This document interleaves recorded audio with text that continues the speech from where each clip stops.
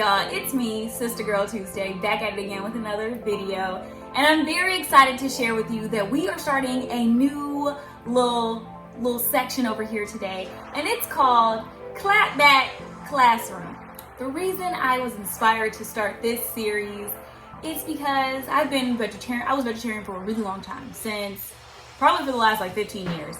And I'm recently on this journey to be more plant-based. You've heard me refer to it as vegan-ish oftentimes. And in my experience, sorry, we're going on a little story time. In my experience, I've engaged in several conversations, and maybe it's while I'm eating my lunch or I'm talking about what I'm gonna go home to prepare for one of my meals, or something like that, where someone will express their concerns for my dietary intake. And so that happened to me recently, and someone was concerned about if I was deficient in my calcium.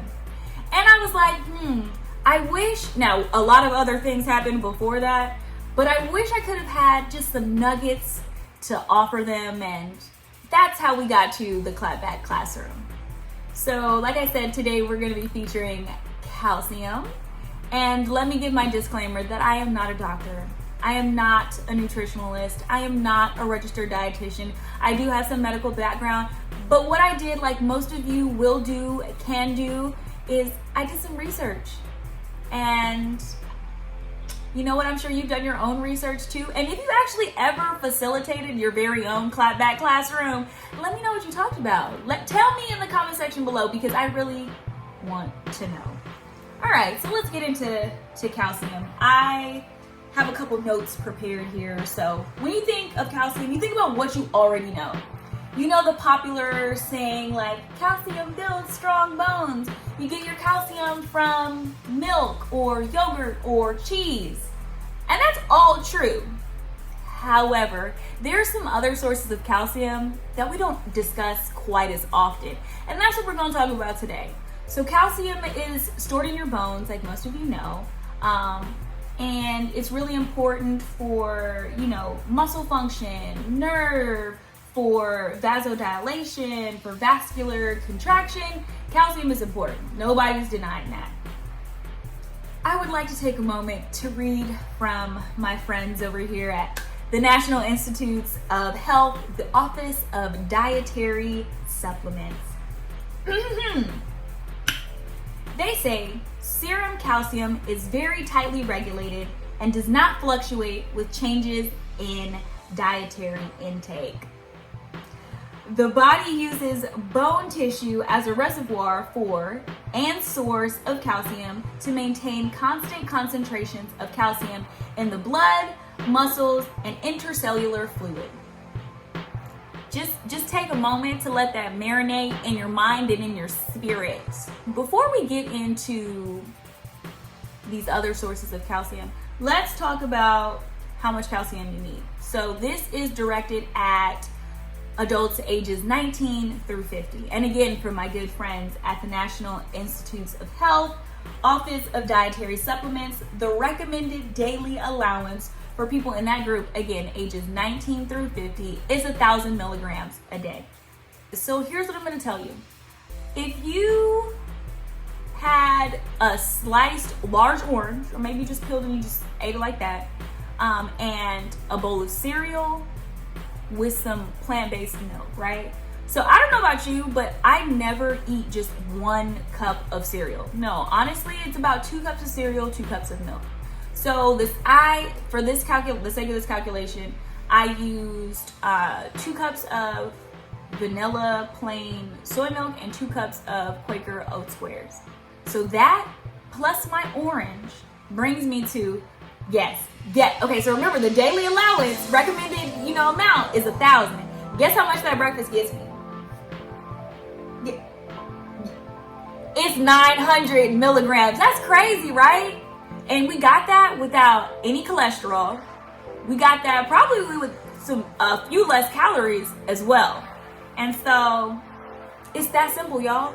But there's other things, like when it comes to lunch and dinner, I'm sure you don't want to just eat cereal and oranges, and you don't have to. You could have some combination of some kind of beans, some kind of dark leafy vegetable, some tofu, maybe it's some fortified tortilla or bread of some kind.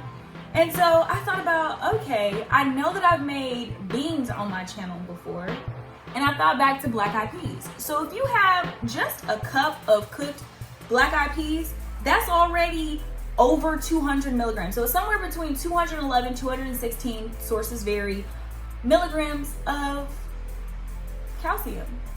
And I don't know about you, but my black eyed peas hit. So honestly, I'm having more than a cup. Okay? And then it's just like, well, let's say I want something green with it. If you have just a cup of some bok choy, which is like Chinese cabbage, you're at 158 milligrams. Maybe you don't like bok choy. Maybe you like broccoli. Get you a cup of cooked broccoli. That's 88 milligrams of calcium. You feel me? And some of you are like, okay, but I'm lazy. I don't want to have to do anything on the stovetop, and I'm not really feeling cereal and milk. Okay, well, let's talk about a smoothie then.